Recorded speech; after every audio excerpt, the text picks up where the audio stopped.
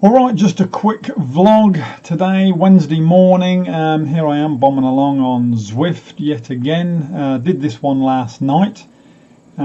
Just sat on finding the time. Finding the time to do this is the hardest thing. You just got to stay motivated. You got to keep your mind on the job and do it. It's bloody hard, I've got to admit. But anyhow, sat on around about that 210, so somewhere between 2 and 220 watts was my target for this. Now, I didn't get too excited when a couple of people overtook me. Normally I would have tried to chase them a little bit, but I didn't. I just sat on my wattage and did 45 minutes at this pace, which was good. All this is helping towards building my FTP. So I did this one last night. It was good fun, nice little ride up the hill. Don't know what hill it is, but some hill. Just kept my cadence nice and high, kept it around about that 90 to 95 RPM. Zipped up to about 98, I think, at the highest at one point. But mainly just keeping my watts around about that 210 mark was my aim. And not going too much over 150 on the heart rate. Wanted to keep the heart rate about the same all the way. So just paced myself up there. It was a gentle little spin, relatively easy for me. It was relatively easy. Wasn't too bad at all. So it was all right. 45 minutes on that. That was good. Now, I had a couple of questions. I had some people ask me. Let me see about the trainer I'm using. So I've said before, it's the Z1. Jet Black Z1 fluid trainer. Works fine. Haven't had any dramas with it at all. I've had it for about 6 months now.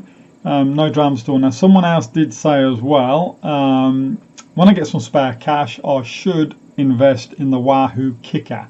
And I do agree, the Wahoo Kicker would be the ideal trainer. It's a smart trainer. You don't need your back wheel on it.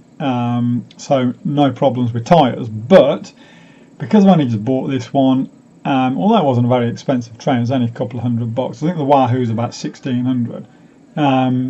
But I've got the trainer, I've got the power meter. It's mainly the power meter that I run off, the power meter and my heart rate. As long as I can do my power, my cadence and my heart rate, everything else is a bit irrelevant to me. It doesn't get harder when you hit the hills like the Wahoo Kicker would. It would get, the resistance gets harder when you hit the hills. Mine obviously doesn't do that, but what it does do is it slows your speed right down. So you come right down to, you know, if you're putting out 100 watts and you're on a 7%er, you're going to be doing 2 kilometers an hour. So if you want to go a bit faster, if you want to keep up with someone else that's there, you basically got to put out more watts, which is pretty much the same thing as what the Wahoo Kicker would do, except you get the resistance there with that one. Whereas with mine, obviously, I'm working on the power meter. So I guess if you're going to have an indoor trainer like mine, definitely I would say get the power meter as well to go with it. Either you get one like I've got the stages.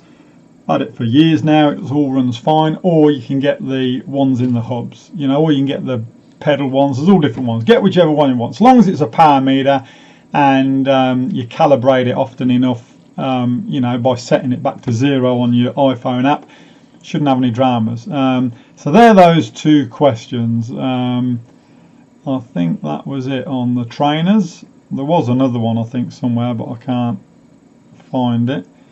But anyway, that is it, and yeah, it was all good. So that's it. I've got to go and get something done now. It's, what time is it now? 10 past 10 in the morning, and I'm still in my PJs. So I've got to go out and get something. I've got to go and paint this gate now. I was meant to do it yesterday, but got caught up with work too much.